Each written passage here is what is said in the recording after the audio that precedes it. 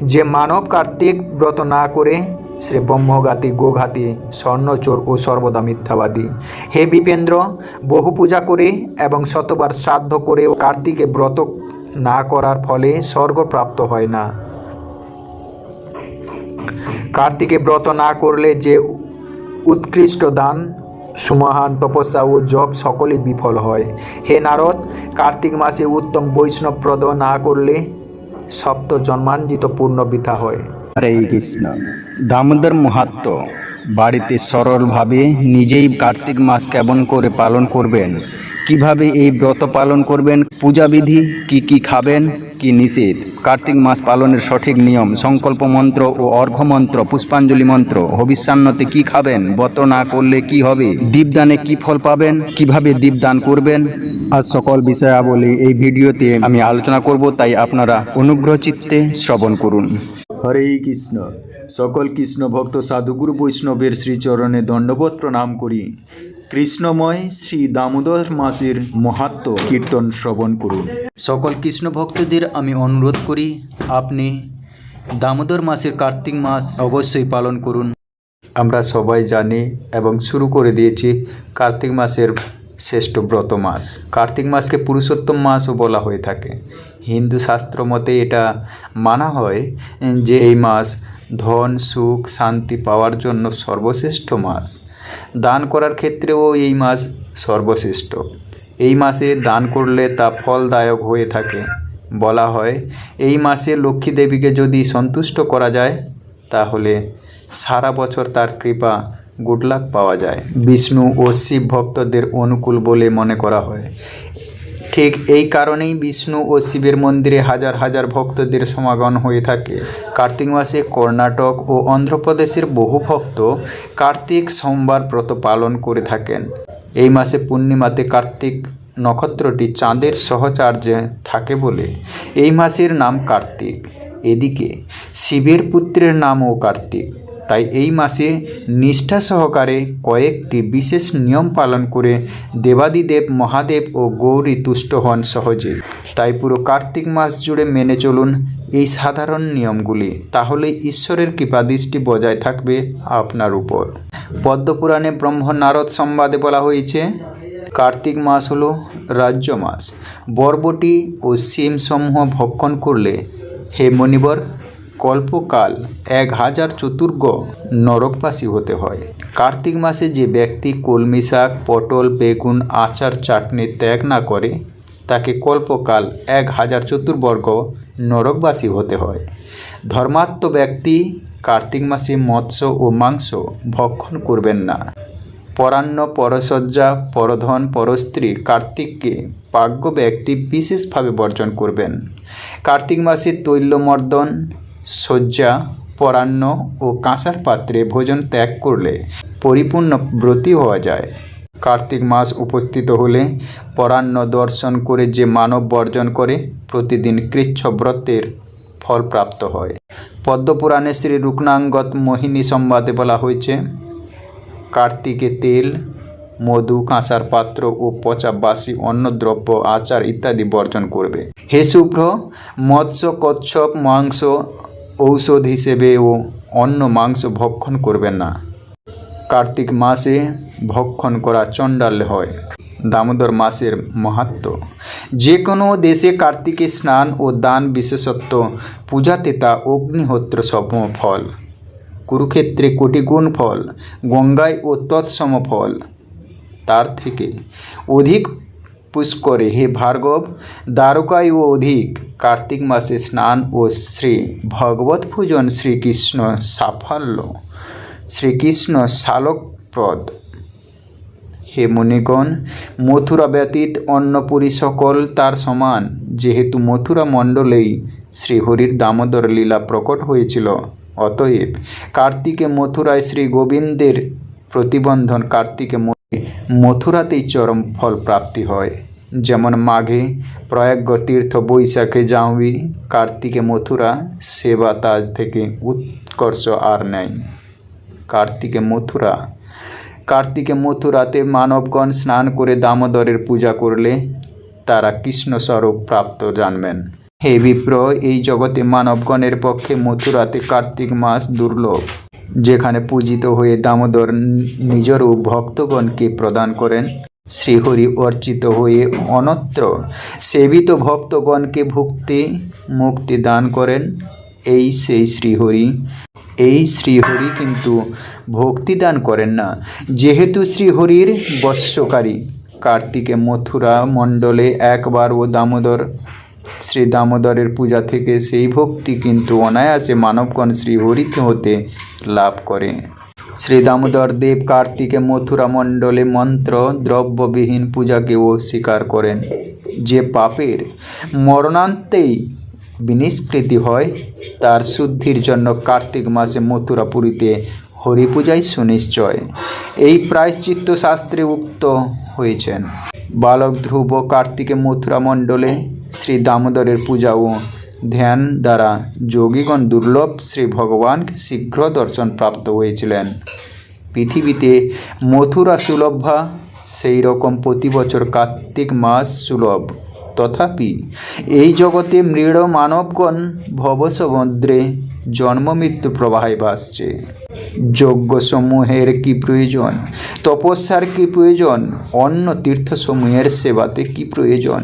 যদি কার্তিকে মথুরা মণ্ডলে শ্রী রাধিকা প্রিয় দামোদরের অর্চিত হন, সকল পবিত্র তীর্থ নদ নদী সরোবর কার্তিক মাসে এই মথুরা মণ্ডলে সকলেই বাস করেন।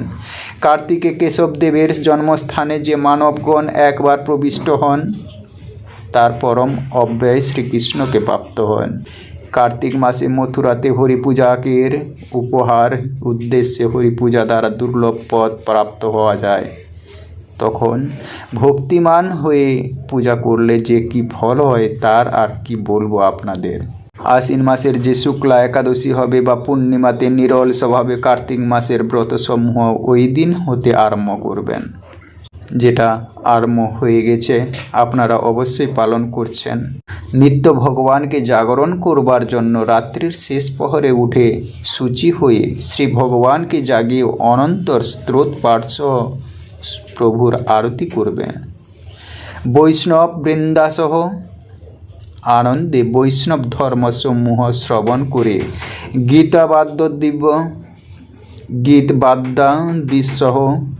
গীতবাদ্যাদিসহ প্রাতকালে প্রভু দামোদরকে আরতি করবে। নদী আদি জলাশয়ে গিয়ে আচমনপূর্বক সংকল্প করবে।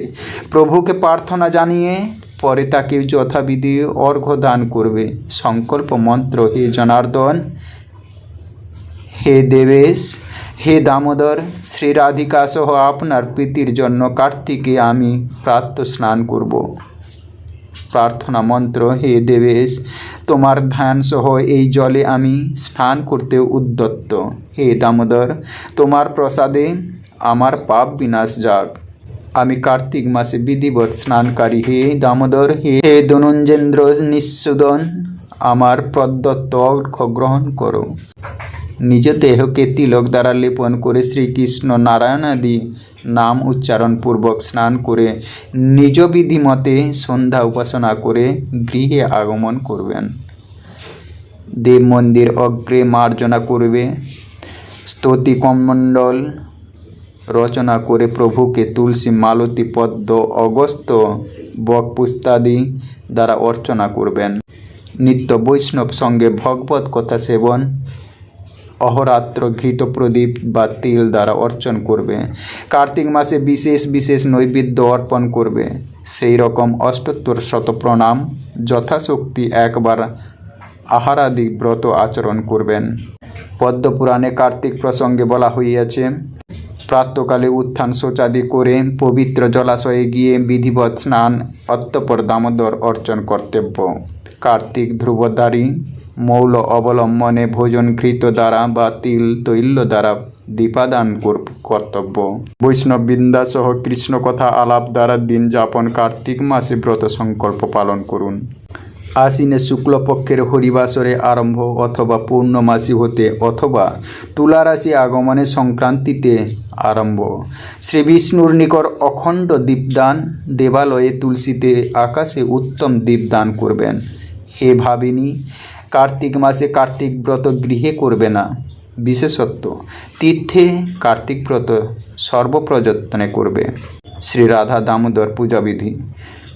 শ্রীকৃষ্ণের প্রিয়তমা পাপিকাগণ মধ্যে শ্রেষ্ঠা। কার্তিকে শ্রী দামোদর নিকটে শ্রী রাধিকার পূজা করা উচিত। ব্রজবাসী ব্রাহ্মণ এবং তৎপত্নীকে বস্ত্র অলঙ্কার ও ভোজনাদি দান দ্বারা পূজা করা কর্তব্য। হে বিপ্রগণ, কার্তিকে শ্রী রাধিকার সন্তোষের জন্য যিনি শ্রী রাধিকা প্রতিমাকে পূজা করেন তার প্রতি শ্রীমান দামোদর হরিতুষ্ট হন। কার্তিকে প্রতিদিন দামোদরাষ্টকম নাম স্তোত্র সত্যব্রত মুনি পথিত পাঠ করবে। তা দামোদরের অর্চন স্বরূপ ও শ্রী দামোদরের আকর্ষণকারী।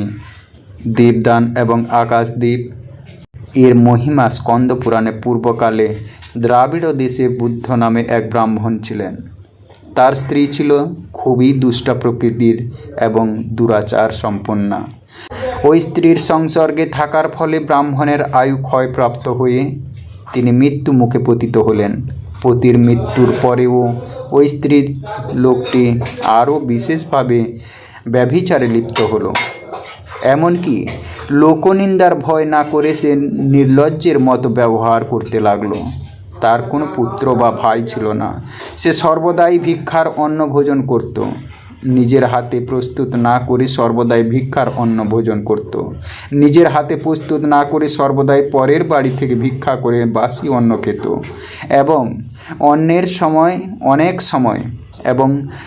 এবং অনেক সময় অপরের বাড়িতে রান্না করতে যেত। তীর্থযাত্রা আদি থেকে সর্বদাই দূরে থাকত। সে কখনো কোনো ভালো কথাই কর্ণপাত করত না। একদিন এক বিদ্বান তীর্থযাত্রী ব্রাহ্মণ তার গৃহে আগমন করল, যার নাম ছিল কুৎস। তাকে ওই স্ত্রীকে ব্যভিচারে আসক্ত দেখে সেই ব্রহ্মর্ষি কুৎস বললেন, ওরে মূর্খ নারী, মনোযোগ সহকারে আমার কথা শ্রবণ করো। পৃথিবী আদি পঞ্চভূত দ্বারা তৈরি। এই রক্ত মাংসের শরীর যা কেবল দুঃখেরই কারণ। তুই যাকে যত্ন করিস এই দেহ জলের বুদবুদের মতো, একদিন যা অবশ্যই বিনষ্ট হবে। এই অনিত্য শরীরকে যদি তুই নিজ বলে মানিস তাহলে নিজের বিচারপূর্বক এই মোহ পরিত্যাগ কর। ভগবান বিষ্ণুকে স্মরণ কর এবং তার লীলা কাহিনী শ্রবণ কর। এখন কার্তিক মাস আগত হবে, তখন ভগবান দামোদরের প্রীতি বিধানের জন্য স্নান দান আদি কর্ম করে গৃহে বা মন্দিরে বিষ্ণুর উদ্দেশ্যে দীপ নিবেদন করে শ্রী বিষ্ণুকে পরিক্রমা করবে এবং তাকে প্রণাম করবে। এই ব্রত বিধবা এবং সৌভাগ্যবতী নারী উভয়ই অবশ্য পালনীয়, যার ফলে সমস্ত প্রকারের পাপের শাস্তি তথা সকল উপদ্রব নষ্ট হয়। কার্তিক মাসে দীপদান নিশ্চিত রূপে ভগবান বিষ্ণুর প্রীতিবর্ধন করে। এই কথা বলে ব্রাহ্মণ কুৎস অপর একটি গৃহে গমন করলেন। তখন ওই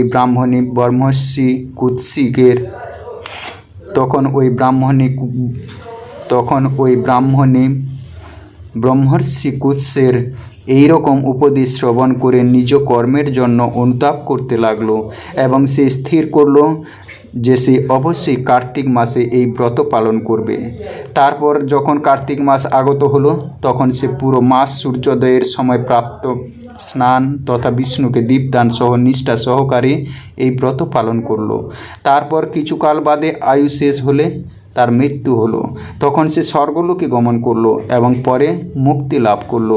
সে সমস্ত মানুষ কার্তিক ব্রত পালন ও দীপদান আদি সম্পন্ন করে তারা যদি এই ইতিহাস শ্রবণ করে তাহলে তারাও মোক্ষ লাভ করবে। ব্রহ্মা এরপর বললেন, নারদ, এখন আকাশদ্বীপের মহিমা শ্রবণ করো।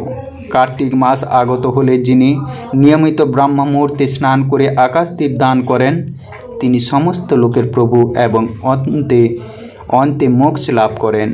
এই জন্য কার্তিক মাসে স্নান দান আদি কর্ম করার সাথে সাথে ভগবান বিষ্ণুর মন্দিরে এই এক মাস দীপদান করা অবশ্য কর্তব্য। মহারাজ সুনন্দ চন্দ্র শর্মা নাম ব্রাহ্মণের পরামর্শ অনুসারে এই এক মাস বিধিপূর্বক ব্রত অনুষ্ঠান করেছিলেন। কার্তিক মাসে প্রতিদিন প্রাতঃ স্নান করে পবিত্র হয়ে কমল তুলসী দল দ্বারা ভগবান বিষ্ণুর পূজা এবং রাত্রিতে আকাশদ্বীপ দিতেন। দীপ প্রদানের সময় তিনি এই মন্ত্র পাঠ করতেন। দামোদরায় বিশ্বাস বিশ্বরূপ ধরায়চ্চ নমস্কৃত্য পদাস্যামি বম দীপং হরিপ্রিয়ম। দামোদর মাস বা কার্তিক মাস সনাতন ধর্মাবলম্বীদের জন্য একটি অত্যন্ত গুরুত্বপূর্ণ মাস।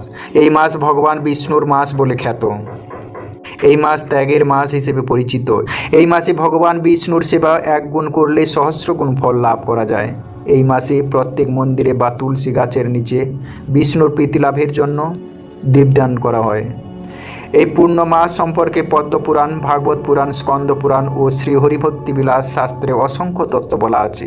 পদ্মপুরাণে বলা হয়েছে, এই পূর্ণ মাসে ভগবান বিষ্ণুর উদ্দেশ্যে কেউ যদি একটি প্রদীপ দান করে তবে তার সমস্ত পাপ নাশ হবে এবং তার পুনর্জন্ম আর হবে না।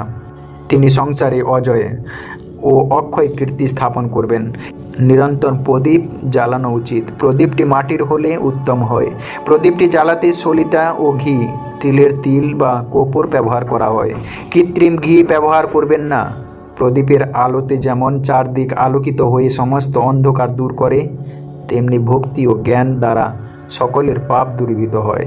অর্থাৎ প্রদীপের আলোর শিখা যত উজ্জ্বল হতে থাকবে ততই তার পাপ ক্ষয় হতে থাকবে।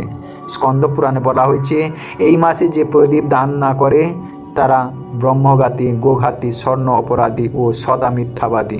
দামোদর মাসে স্বয়ং শ্রীকৃষ্ণ তার মাতৃস্নেহের বন্ধনে আবদ্ধ হন।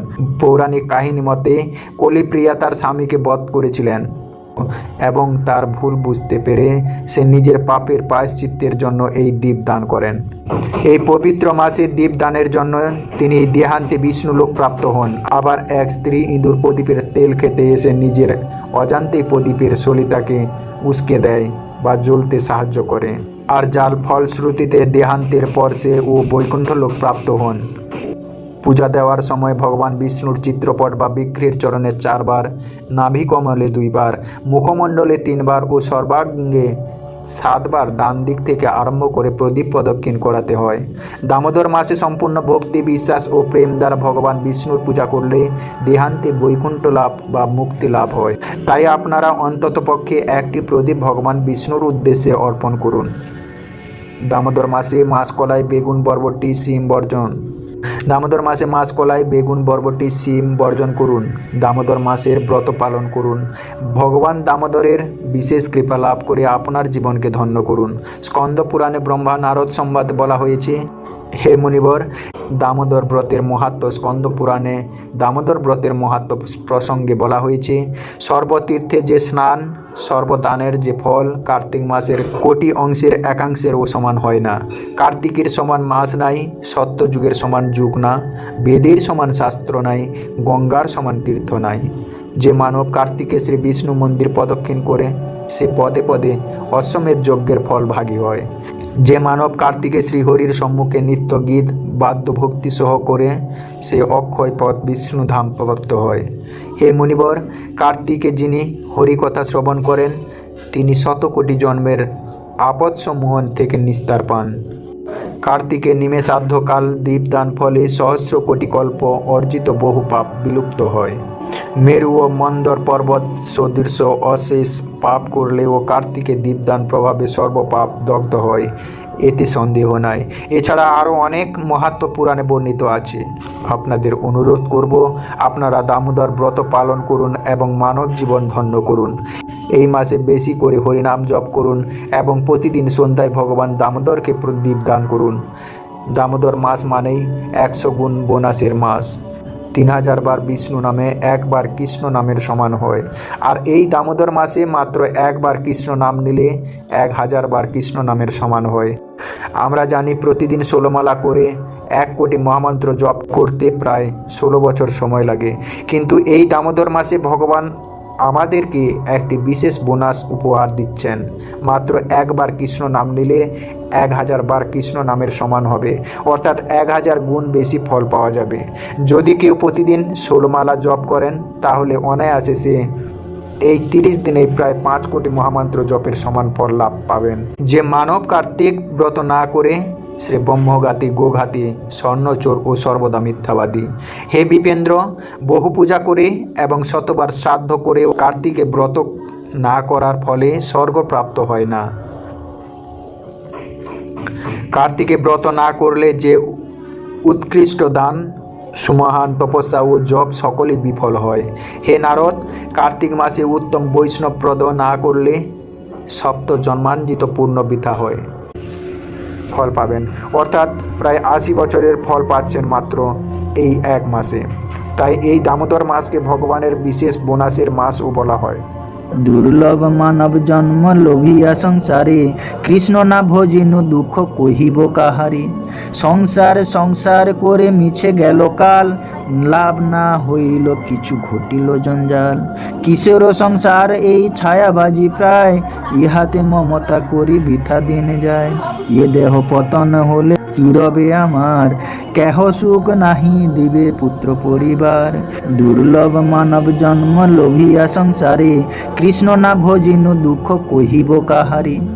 কৃষ্ণ না ভজিনু দুঃখ কহিব কাহারি। আজ এই পর্যন্ত। আশা করি আপনারা কার্তিক ব্রত পালন করছেন এবং করবেন সমগ্র নিয়ম মেনে। সুস্থ থাকুন, সবল থাকুন।